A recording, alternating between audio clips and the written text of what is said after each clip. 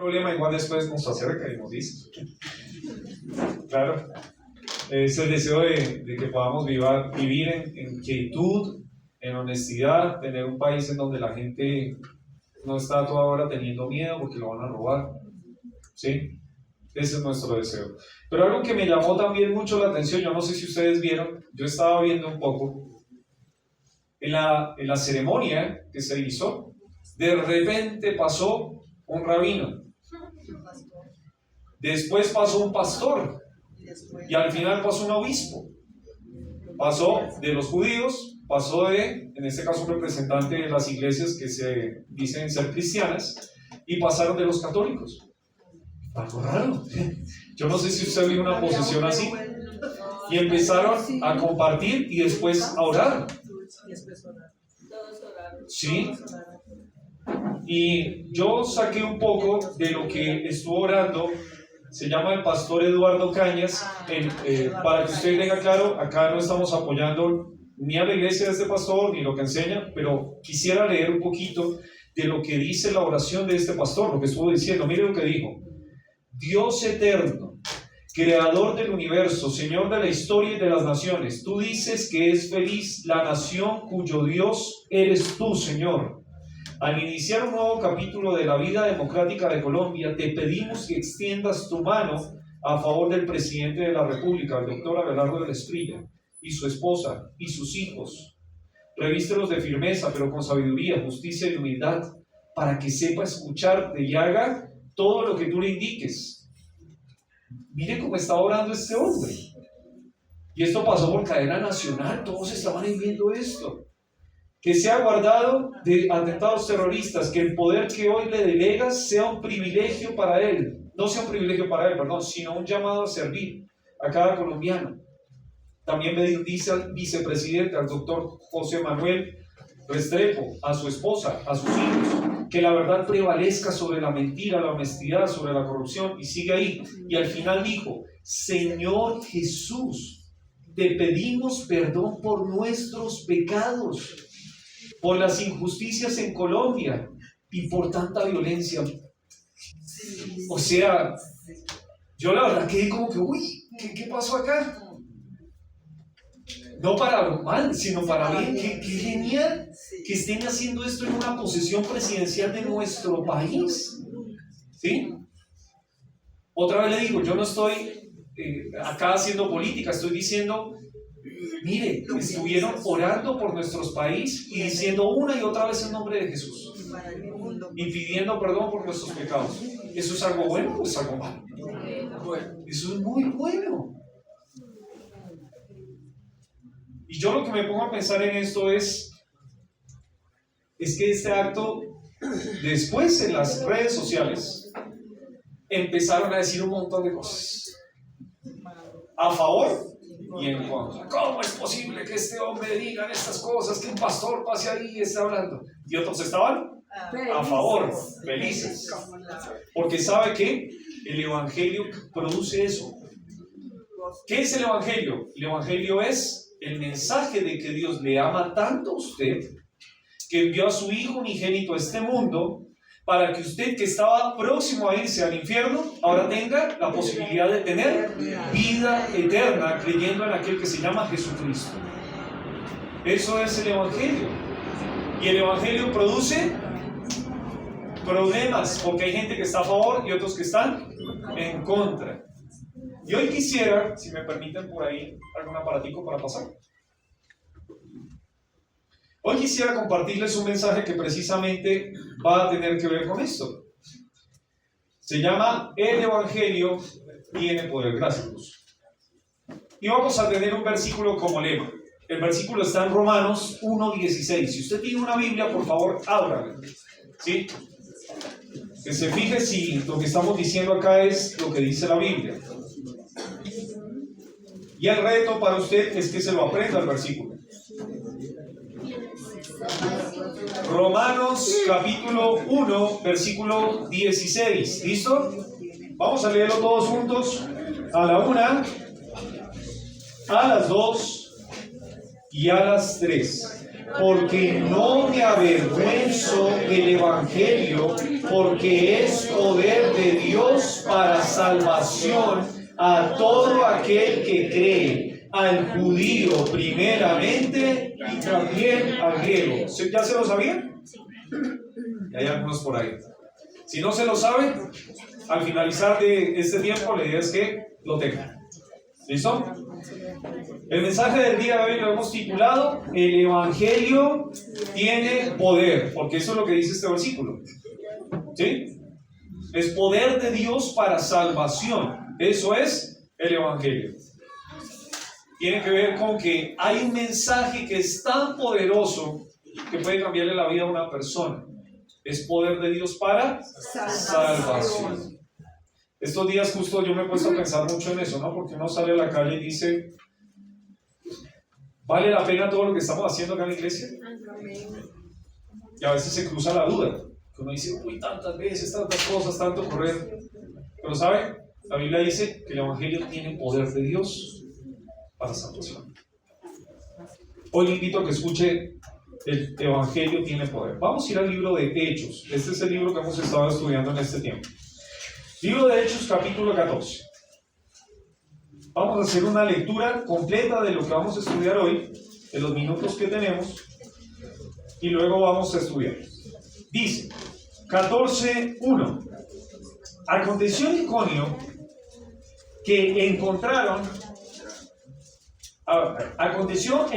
que encontraron juntos en la sinagoga de los judíos y hablaron de tal manera que creyó una gran multitud de judíos y asimismo de griegos. Mas los judíos que no creían excitaron y corrompieron los ánimos de los gentiles contra los hermanos. Por tanto, se detuvieron allí mucho tiempo, hablando con denuedo, confiados en el Señor, el cual daba testimonio a la palabra de su gracia, concediendo que se hiciesen por las manos de ellos señales y prodigios. Y la gente de la ciudad estaba dividida. Unos estaban con los judíos y otros con los apóstoles. Pero cuando los judíos y los gentiles, juntamente con sus gobernantes, se lanzaron a afrentarlos y a apedrearlos, habiéndolo sabido, huyeron a Listra y Derbe, ciudades de Licaonia, y a toda la región circunvecina, y allí predicaban el Evangelio. Hasta ahí la palabra de Dios para hoy. Vamos a leer 7 versículos. Si usted se fija en capítulo 13, esto es más o menos lo que había pasado. Ellos estaban en una ciudad antes que, ¿cómo se llamaba? Antioquía de Pisidia. Y en esa ciudad Pablo y Bernabé habían estado predicando. Y mucha gente escuchó el mensaje. Dice que toda la ciudad llegó a escuchar el mensaje. Y mucha gente llegó a creer. Y los judíos estaban enojados, los que no creían. Y dijeron, no, nos están quitando acá la gente. Un día seguramente habíamos dicho, predicaron un día de reposo y al siguiente día de reposo toda la ciudad estaba reunida. Entonces, ¿quién no estaba en la sinagoga? Pues todos los que asistían. Estaba la sinagoga vacía. Ellos se llenaron de ira, de envidia, e hicieron que toda la gente después lo sacara. Y lo sacaron de la ciudad. Más o menos así. Eso es lo que dice Hechos 13, 50 y 51. Y después, ¿a dónde se fueron?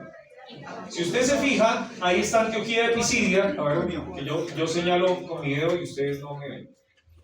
Antioquía de Pisidia. ¿Y bajaron a dónde? A Iconio. A Iconio. ¿Sí? Más o menos 4 a 6 días de camino.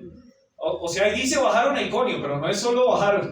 Tuvieron que caminar 4 a 6 días. Seguían por las montañas caminando. Había ladrones, estaban peligros. La cosa es que llegaron, por la gracia del Señor, llegaron a este lugar que se llama Iconio. Esto queda en Turquía en este tiempo. Había una vía que se llamaba la vía Sebaste. La vía Sebaste era una vía romana que se hizo para el transporte de comercio. Y por ahí estaban pasando ellos. Y se fueron hasta la ciudad que se llama Iconio. ¿Listo? Eso es más o menos lo que empezó a pasar. Y vamos a empezar con el primer punto. Una prédica del evangelio con frutos. ¿Por qué? Miren lo que dice Hechos 14:1. Aconteció en Iconio que entraron juntos en la sinagoga de los judíos y hablaron de tal manera que creyó, ¿cuántas personas? Una gran multitud de judíos y asimismo de griegos. Imagínense otra vez, ellos están en una sinagoga. Una sinagoga es un lugar donde se enseñaba la ley, ¿sí? Todo lo que era el Antiguo Testamento, y le dieron permiso para hablar ahí. Y cuando le dieron permiso, empezaron a predicar, ¿qué cosa? ¿Adivina qué? El evangelio. Empezaron a predicar de que Jesús vino a este mundo y que era el cumplimiento de lo que decía el Antiguo Testamento, y mucha gente creyó. Mucha gente. ¿Cuánta gente? Ahí dice una gran multitud. Le dejo ahí para que usted piense, ¿cuánto es una gran multitud? Yo no veo que sean 10. Yo creo que hay más. No se sabe el número. La cosa es que hay mucha gente llegó a creer. Y esto me hizo pensar en algo que dijo un hombre que se llama William Carey. Ese hombre fue el padre de las misiones modernas. Ese hombre fue a predicar en la India y él dijo algo: espera grandes cosas de Dios, intenta grandes cosas para Dios. Este hombre era un zapatero. Y uno piensa, ¿un zapatero qué vida va a tener en este mundo? Pues de zapatero. ¿Qué aspiraciones va a tener? ¿Tener otra zapatería? No sé. Pero ¿sabe qué hizo este hombre? Este hombre era un hombre que le gustaba estudiar la Biblia. Este era un hombre que le gustaba estudiar el idioma. Y el Señor lo llamó a ir a predicar en India. ¿Y sabe qué se puso a hacer en India? Empezó a traducir la Biblia en el idioma de allá. Y empezaron a tener la Biblia en sus manos, en el idioma de ellos. Uno piensa, ¿un zapatero puede hacer eso? Dios puede hacer lo que quiera, con quien quiera. Este hombre fue un hombre así. Más o menos pensamos que en Iconio vivían 30,000 a 50,000 personas. Eso en el sector urbano. En el sector que era fuera de lo que era la ciudad, más o menos se sumaban 80,000 personas. Era una ciudad grande. Y en este lugar llegaron a escuchar muchos. Hay pasajes que hablan de esta manera. Por ejemplo, en Hechos 2:41 dice: así que los que recibieron su palabra y fueron bautizados, se añadieron aquel día como 3,000 personas.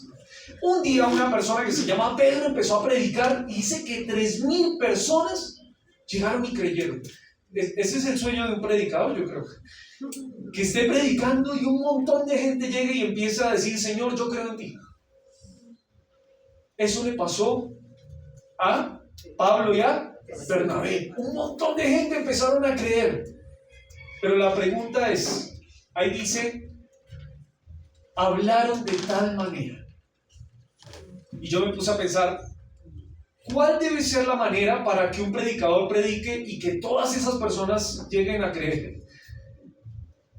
Yo me hice el examen, ¿no? Porque a veces uno predica y uno dice, y le estoy hablando y se duerme. Le estoy hablando y no prestan atención. ¿Qué tengo que hacer? ¿Sí? ¿Me tengo que poner aquí a hacer chistes para que la gente me preste atención? ¿Tenemos que hablar de política para que la gente preste atención? ¿O cómo hay que hablar? Y sabe, yo quisiera mostrar algunos versículos de cómo Pablo habló ese día.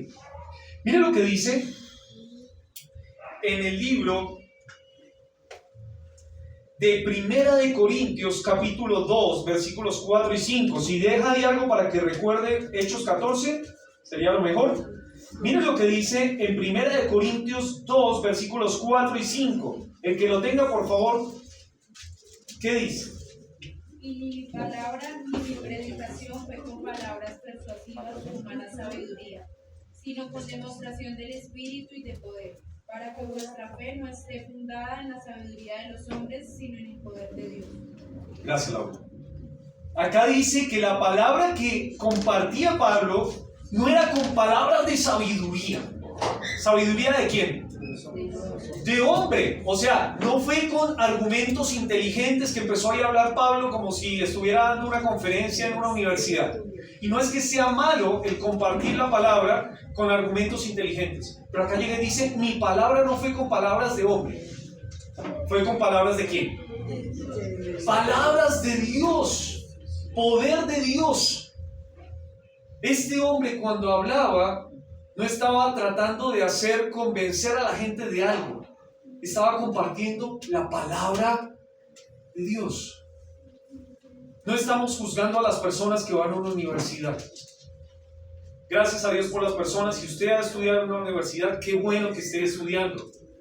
Abogados, médicos, ingenieros, maestros. Qué bendición. Pero acá Pablo no se puso a dar argumentos como si estuviera dando una conferencia en una universidad. Acá lo que Pablo habló fue la palabra de Dios. Porque él confiaba en que la palabra de Dios tiene algo que no tiene la palabra del hombre. Tiene poder. La palabra de Dios tiene poder. Eso le estoy comentando ahorita. Y dice que su palabra era con demostración del Espíritu, o sea, en una palabra que en medio de ese compartir con el Señor seguramente él llegaba y leía la Biblia y le decía al Señor, ¿qué le debo hablar este día a la gente? Y compartía eso.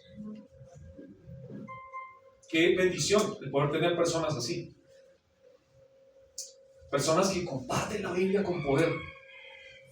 ¿Cómo más predicaba este hombre? Mire lo que dice en Hechos capítulo 14, que es donde estamos, pero el versículo 3. Hechos 14, versículo 3.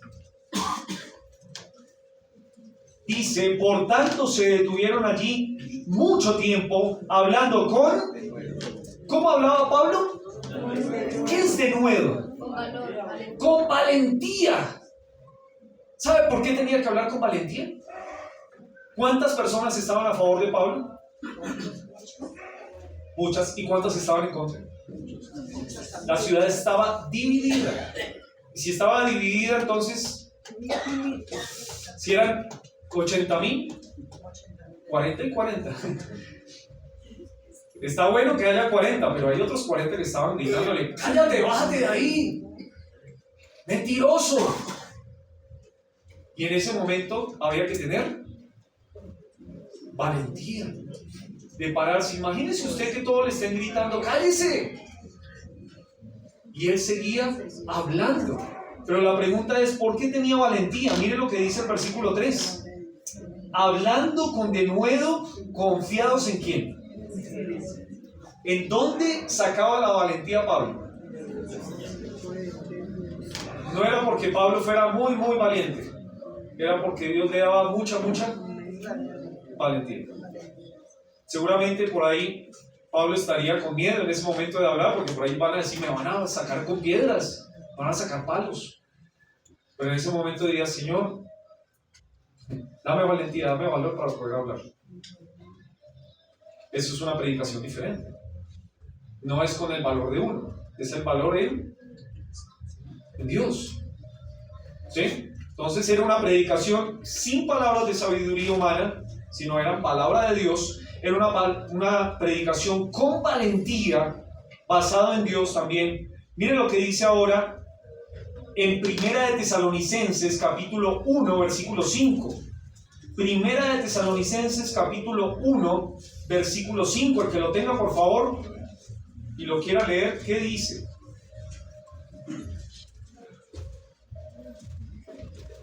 Dice la palabra de Dios. Esto es demostración del justo juicio de Dios, para que seáis tenidos... Don Gilberto, ¿está en primero o en segunda? Qué pena. Está en segunda, espere. Perdón. Tranquilo, no se preocupe. Primera de Tesalonicenses 1:5. Aquí mismo. Pues nuestro evangelio no llegó a vosotros en palabras solamente, sino también en poder, en el Espíritu Santo y en plena certidumbre. Como bien sabéis, cuáles fuimos entre vosotros por amor de vosotros. Gracias, don Gilberto. Gracias, Laura. dice aquí que nuestro evangelio no llegó a vosotros ¿en qué? No era solo palabras. Esa predicación tenía poder. Predicación con poder. ¿De dónde viene el poder? Dice que, ¿se acuerdan? Romanos 1:16, porque no me avergüenzo del evangelio, porque es poder. O sea, lo que estaba predicando Pablo, ¿qué era? Palabra de Dios. La persona de Dios es la poderosa, no el hombre. En ese momento esa predicación tenía poder, tenía, dice ahí, el Espíritu Santo. Una predicación que tenía a Dios ahí detrás apoyando lo que Pablo estaba diciendo. Y mira, hay una cosa más, dice en plena certidumbre. ¿Pablo tenía dudas de lo que estaba predicando? No. Plena certidumbre. Y hay muchas cosas más para este primer punto, pero ¿cuál es la idea? Esa predicación no fue cualquiera. Por eso es que esta gente estaba escuchando y decía, Señor, yo quiero creer en ese Dios. Mi anhelo, mi deseo, cada vez que nos paramos acá es que usted tenga ese mismo peso. Sin embargo, yo no puedo hacer que usted crea. Yo no sé cuántos de ustedes creen ahora aquí en Jesucristo como su Salvador. Pero si alguno no cree, yo no lo voy a hacer creer. Sin embargo, estoy puesto aquí para que comparta la palabra y espero que sea en poder. Que lo que escuche sea la palabra de Dios, que Dios le hable a su corazón. Ese es mi anhelo y mi deseo. Qué bueno sería que ahorita alguien diga, Señor, yo creo en ti. Hoy decidí creer. Hoy me abriste los ojos. Hoy ya no quiero seguir en la vida que estaba llevando. Pero eso no lo hace el hombre. Eso lo hace. Eso lo hace Dios. Una predicación que llevó frutos. Número 2. Este es Pablo y Bernabé. Cualquier cosa. Y Pablo y Bernabé estaban allí y dice que se detuvieron mucho tiempo. No nos dice cuánto tiempo se detuvieron, pero estaban predicando. Estaban predicando y un montón de gente estaba conociendo al Señor. Número 2. Predicar el evangelio crea enemigos. Es un mensaje que divide. Mira lo que dice el versículo 2 de Hechos 14. Mas los judíos que no creían excitaron y corrompieron los ánimos de los gentiles. ¿Contra quién? ¿Qué pasó ahora? Empezaron. Oiga, ¿usted cree? No, eso es mentiroso. No crean eso. Oiga, eso lo que vienen es a buscar plata. Cuidado. Mentirosos. Debemos hacer algo contra ellos. Imagínense esa conversación. ¿Qué habrán dicho de ellos? Aparte, mire lo que dice el versículo 4.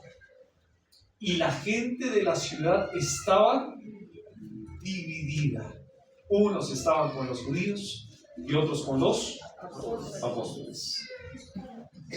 Pregunta para que usted responda ahí en silencio. ¿Por qué los que no creen desean que los demás estén en contra de los cristianos? ¿Por qué la gente odia tanto a los cristianos? ¿Qué pasa? ¿Cuál es el problema que hay en este mundo con los cristianos? Seguramente usted me dirá, pero hay otras personas que también son perseguidas, ¿sí? Cada uno tiene un mundo diferente, ¿no? Pero le estoy hablando en específico de los cristianos, de lo que enseñan los cristianos. ¿Por qué hay problemas? Porque hay problemas en países, por ejemplo, musulmanes, en donde llegan y si usted es cristiano lo quieren matar. ¿Usted sabía eso? Que hay países donde usted si dice que es cristiano lo matan. ¿Por qué? Miren lo que dice en Lucas. Lucas capítulo 12, versículo 51 al 53. Lucas 12, 51 al 53. Si lo lee conmigo, por favor, le agradezco. Dice: ¿pensáis que he venido para dar paz a la tierra? Os digo, no, sino disensión. Porque de aquí en adelante, 5 en una familia estarán divididos. 3 contra 2 y 2 contra 3. Estará dividido el padre contra el hijo, y el hijo contra el padre, la madre contra la hija, y la hija contra la madre, la suegra contra su nuera, y la nuera contra su suegra. ¿Quién dijo eso? Están riendo por ahí.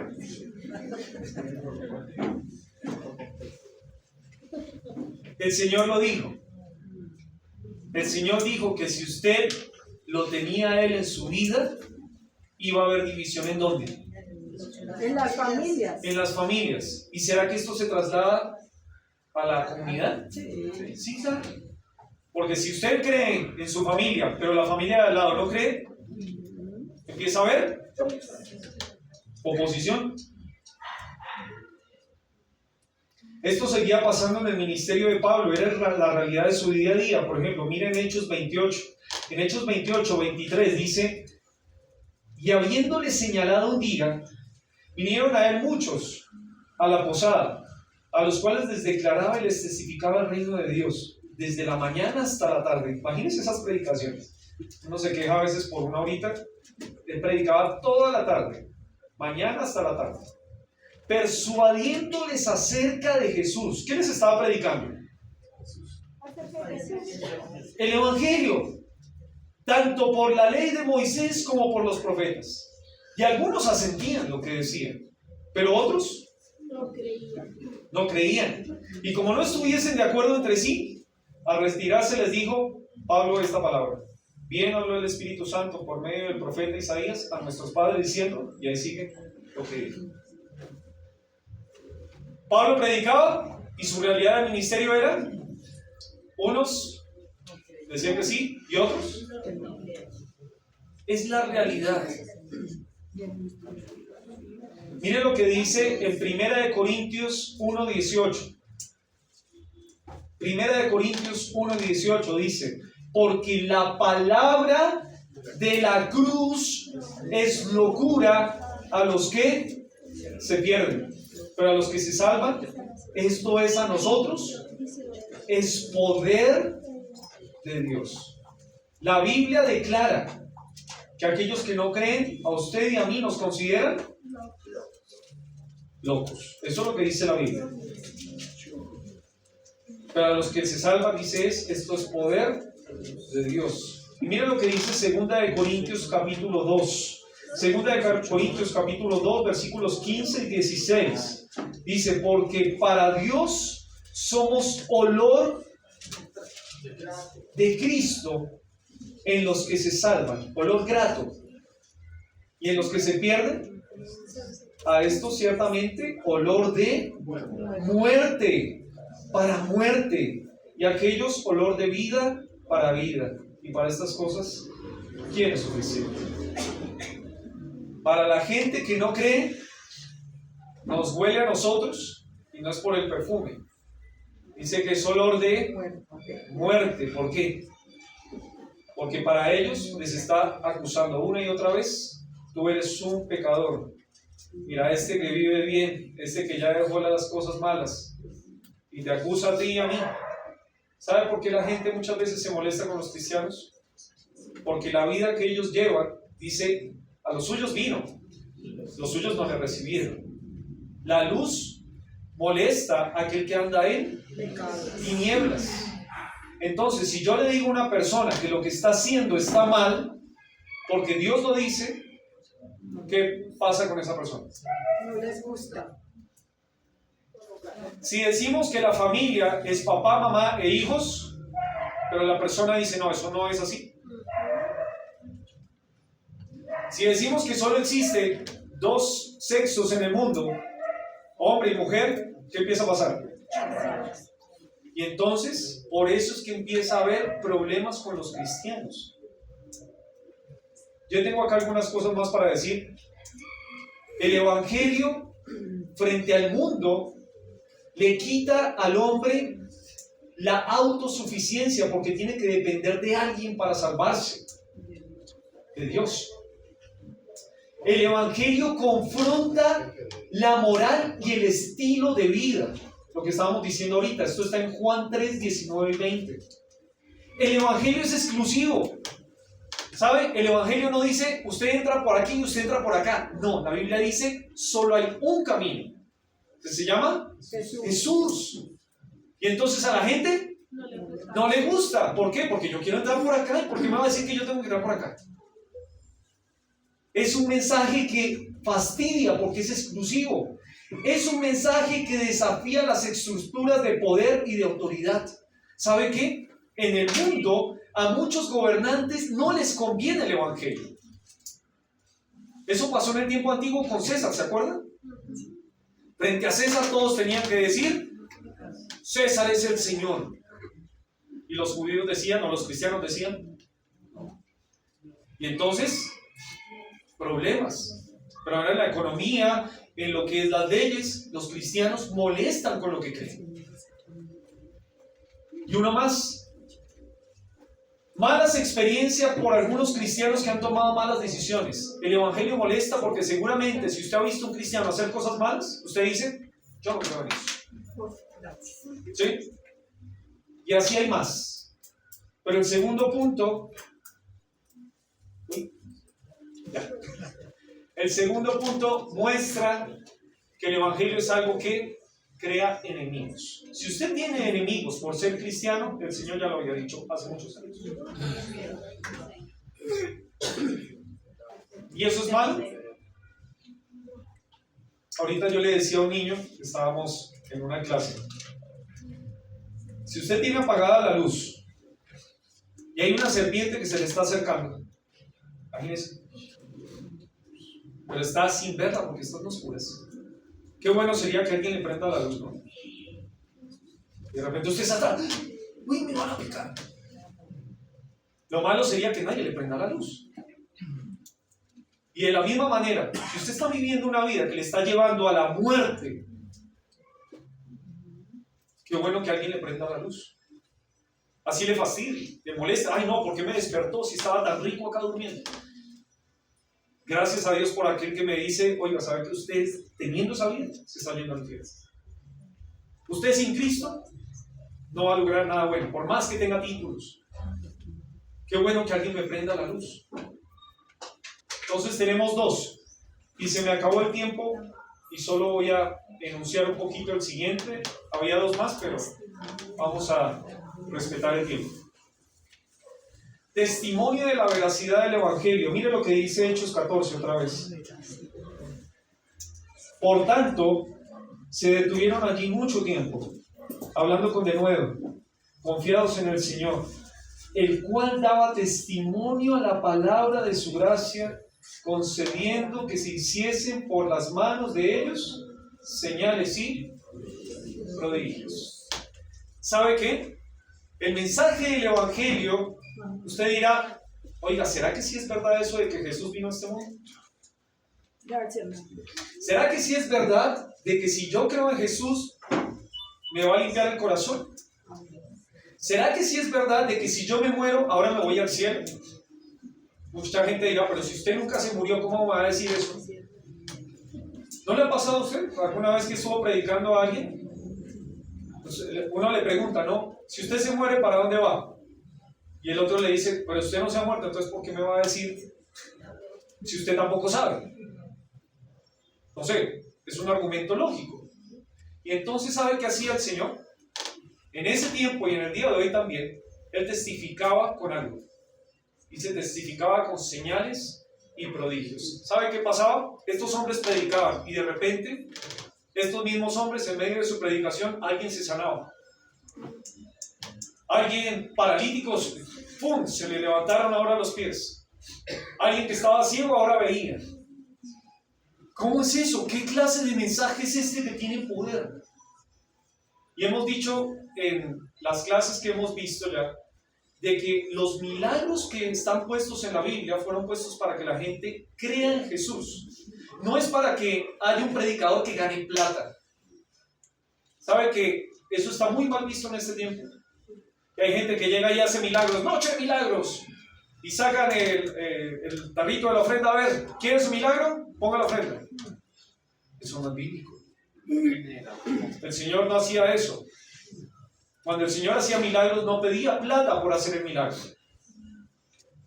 El Señor hacía el milagro y decía, ¿ahora crees? ¿Qué más necesita hacer el Señor para que usted crea? Eso es diferente. Le invito solo a que lea 2 versículos que tienen que ver con esto. Uno está en Hebreos. Hebreos capítulo 2. Hebreos 2.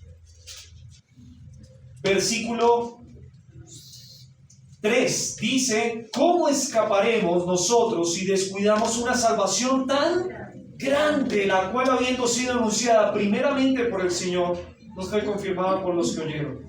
Testificando Dios, mira otra vez, juntamente con ellos, con señales, con prodigios, con diversos milagros y repartimientos del Espíritu Santo, según su voluntad.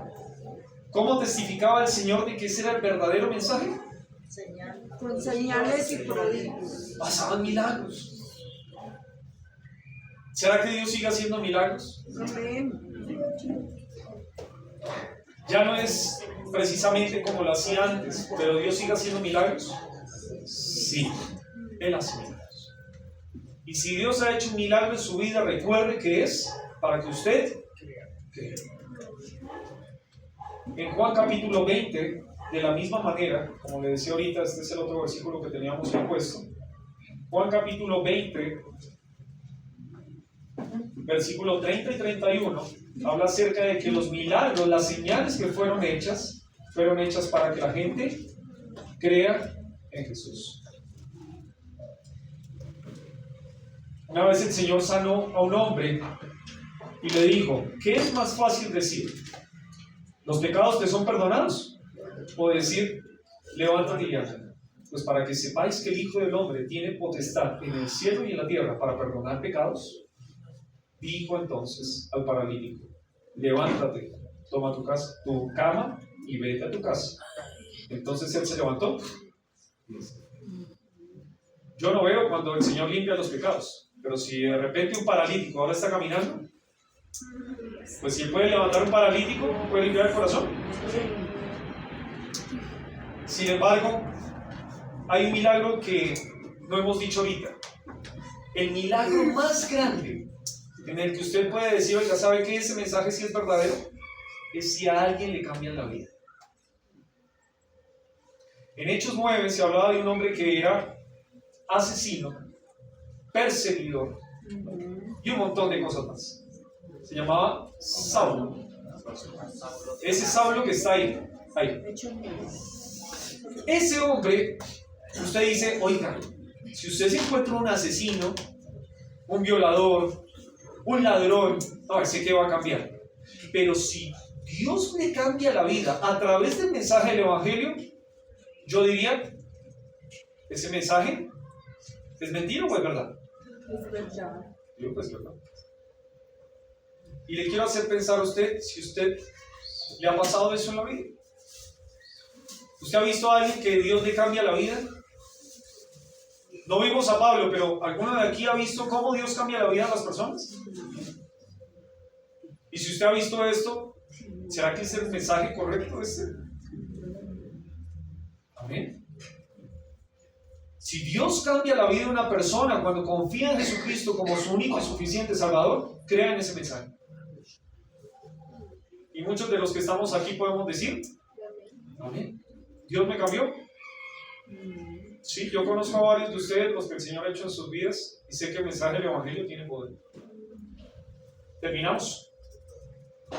Si usted se fija, en Hechos 14, del 5 al 7, va a pasar algo. Dice que la multitud que estaba en contra, ¿sabe qué empezó a hacer? Se empezó a hacer más grande y empezó a planear cómo atacar a Pablo. Y empezaron a sacar piedras palos, empezaron ahí a confabularse para matarlos a Pablo y a Bernabé. Y entonces ellos, ¿qué hicieron? Cuando supieron de esto, dice que ellos huyeron. Usted no huiría si alguien le dice por ahí, oiga, sabe que lo van a matar mañana. Si usted le dicen eso, ¿usted qué hace? Rajamos, ¿no? Huimos porque hoy lo van a matar. Pero lo interesante es lo que dice al final. Dice que ellos huyeron a Listra y a Derbe, ciudades de Licaonia. ¿Y qué se fueron a hacer ahí? ¿Qué se fueron a hacer? Predicar. Se fueron a predicar. Mire cómo va el viaje. Toda la flechita roja es el viaje de Pablo. Pasaron de Iconio ahora a Listra y a Derbe. Y dice que a toda la región que se llama Licaonia, todo eso que está ahí en Licaonia. Y siguieron predicando ¿qué cosa? El Evangelio. ¿Sabe cómo se llama eso? Pasión. Estaban apasionados por un mensaje que cambia vidas. Hay un versículo en Jeremías capítulo 20, versículo 9, dice, y dije, no me acordaré más de él, ni hablaré más en su nombre. No obstante, había en mi corazón como fuego ardiente, metido en mis huesos. Traté de sufrirlo, no pude. El profeta dice, quise olvidarme de Dios, del mensaje que me tocaba vivir. Jeremías es un hombre que le tocó sufrir mucho. Se le llama el profeta llorón, porque lo metieron en un hueco, sin comida, en una letrina. Imagínense si él seguía predicando desde ahí. Le tocó sufrir mucho por el mensaje, y entonces uno dice, pues si sufres tanto, mejor cállate. Pero ¿sabe qué dijo él? Traté de sufrirlo y no pude. Este mensaje quemaba mi corazón. Y sabe que el mensaje del Evangelio es un mensaje que a muchos le ha quemado el corazón, y por eso siguen predicándolo, siguen haciendo eso, porque tiene poder de Dios para salvación a todo aquel que cree. ¿El Evangelio tiene poder? Yo le invito a que usted recuerde lo que dice Romanos 1:16. Si se lo memorizó, tarea completa. Si no lo ha hecho, tarea para la casa. Romanos 1:16 dice, porque no me avergüenzo del Evangelio, porque es poder de Dios para salvación a todo aquel que cree, al judío primeramente y también al griego. El Evangelio sigue teniendo poder hoy. Para mí esto fue de mucho ánimo, porque ayer en realidad me hizo pensar mucho. Estaba pensando mucho en personas que ya no vienen, en niños que crecieron y se alejaron de Dios. Y uno se pone a preguntar otra vez, ¿será que vale la pena todo lo que estamos haciendo? Y según lo que hemos estudiado hoy, sí. ¿Dios sigue cambiando vidas? Sí. ¿Y qué va a utilizar? El Evangelio. Ese mensaje que dice que yo soy un pecador y que puedo irme al infierno si no arreglo mis cuentas con Dios. Pero ese mensaje también dice que Cristo vino a este mundo a morir por mí en una cruz, y que si creo en Él, todo se salva. Ese es el mensaje de Evangelio. Te invito a que oremos.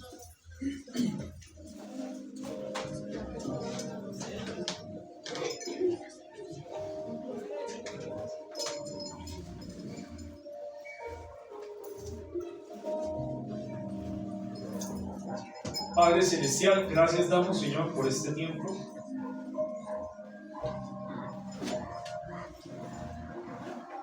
Gracias, Padre, por su palabra, porque sigue estando vigente, a pesar de que sea ya tantos años que han pasado. Su palabra dice que no pasará. El cielo y la tierra van a pasar, pero su palabra no pasa.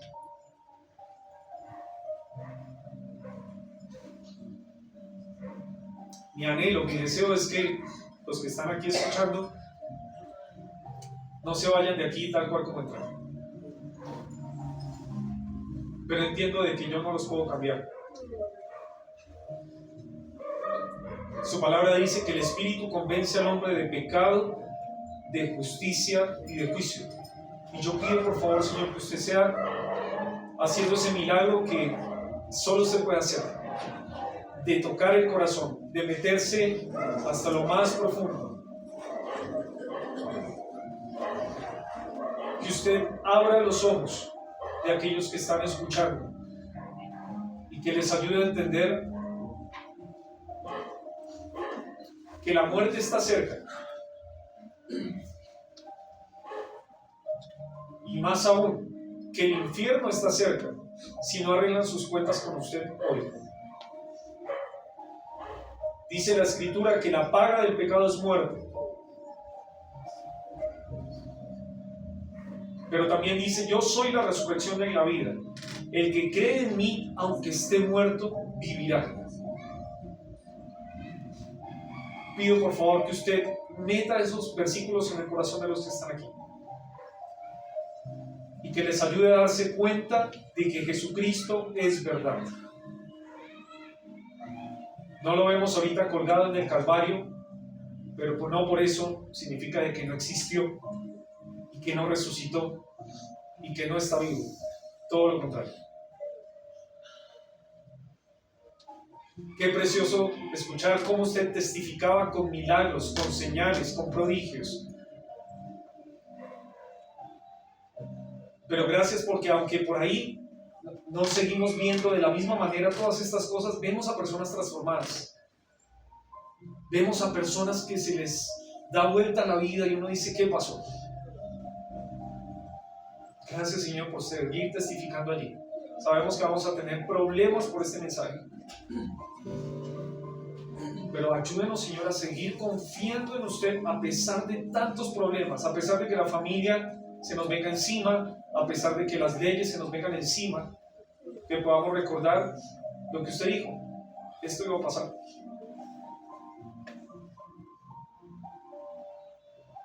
Pero también, Señor, ayúdenos a recordar y a tener pasión por este mensaje. Que aquellos que ya lo conocemos, no nos callemos. Que no le tengamos miedo a los hombres.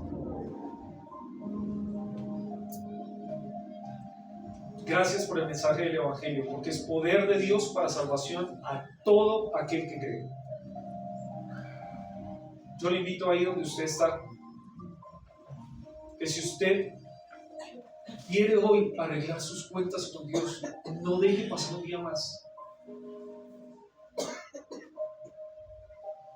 Confiese sus pecados ahí en el silencio de su corazón. Dígale lo que usted ha hecho.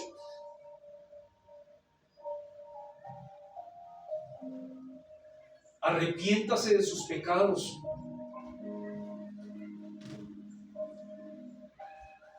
Y pídale al Señor vivo y real, que mandó a su Hijo unigénito a este mundo, que le limpie el corazón, que usted cree hoy en Él y que usted confía en la palabra que dice que a quien nos amó y nos lavó de nuestros pecados con su sangre, y que todo aquel que cree en Él puede ser salvo.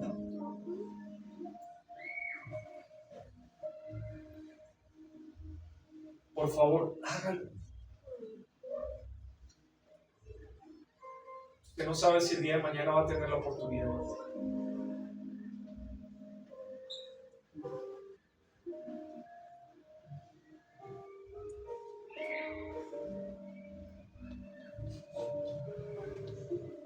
Gracias, Padre, por este tiempo.